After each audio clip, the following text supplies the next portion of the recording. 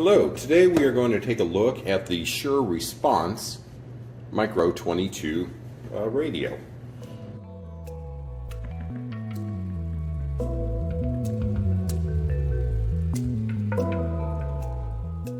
Let's start by opening up the box and taking a look at the contents. First, you'll notice that there is a user manual, and then right underneath is the radio itself. So we'll pull out the radio, opening up the box the rest of the way. We can see, wrapped in cellophane, that we have a battery, a charging cup,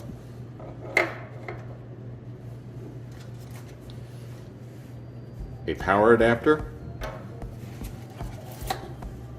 a cable for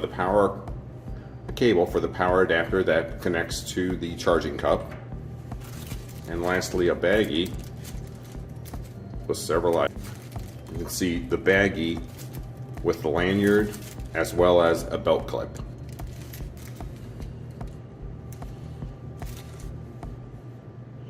The next thing we want to do is show you how to assemble the radio. The antenna is already pre-attached. So to attach the battery, simply take the battery, start it at the bottom, so laying the battery on the side of the radio, and slide it up until it clicks into place. Now the battery is installed and the radio is ready for operation. We'll turn the power on by holding down the power button in the center, and it powers up. The basic controls on the radio give you the ability to increase the volume by hitting the plus side here on the left side, and you can decrease the volume by hitting the minus sign. If you want to change the channel, you simply go over to the right side and push the up button to go to the next channel, and the down button to go to the channel below that. Lastly is the push to talk. If you want to transmit on this particular radio, the push to talk is located on the left side of the radio. You hold the button in and you'll see that the light on the front illuminates, letting you know that you are transmitting on the channel that's indicated on the display. When you release the push to talk, you can now listen and you are no longer transmitting on the radio. On the other side of the radio is a port that allows you to connect the headset. And a headset is an extra option. And then let me show you how to remove the battery. In order to remove the battery on this radio, you're going to slide this button towards the front of the radio, which then allows the battery to slide right out from the radio. Again, let me reassemble, line it up until it clicks. In order to remove it, you're going to push the tab towards the front while sliding the battery down, and then it's released.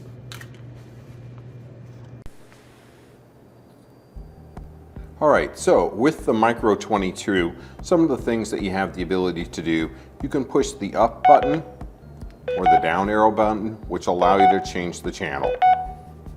The plus and minus allow you to increase the volume, and the minus allows you to decrease the volume. You can even go all the way to U0, which is going to be no volume whatsoever. One of the other functions that's built into the system is if you push the power button, it puts it into programming mode, and if you hit the up arrow on the right side, it will put it into scan mode. So it will scan through all of the channels.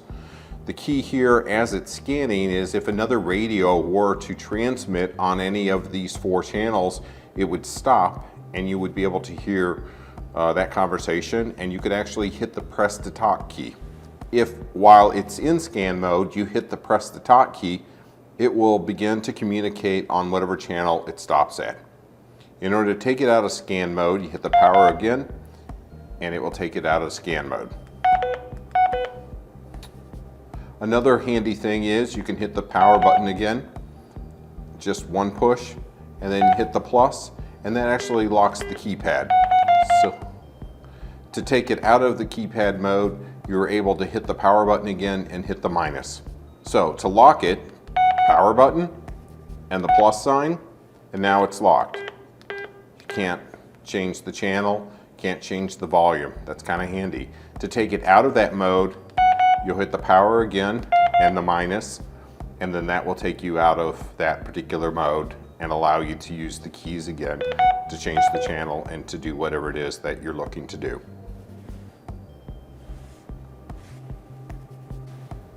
Okay, in order to charge the Micro22 radio, that's a pretty simple process.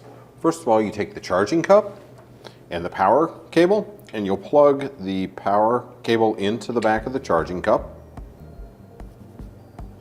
And then you take the power adapter and plug it into the charging cable.